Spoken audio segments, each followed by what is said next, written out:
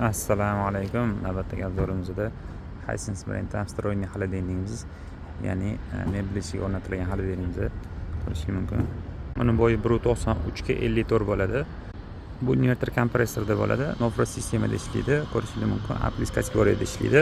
И shovqinligi ham juda ham past. O'zini холодильник объеми 207 litr, marafikasi 68 litr bo'ladi.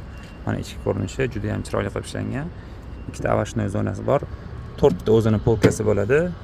Uchinchigida ham 4 ta dona polkasi bor.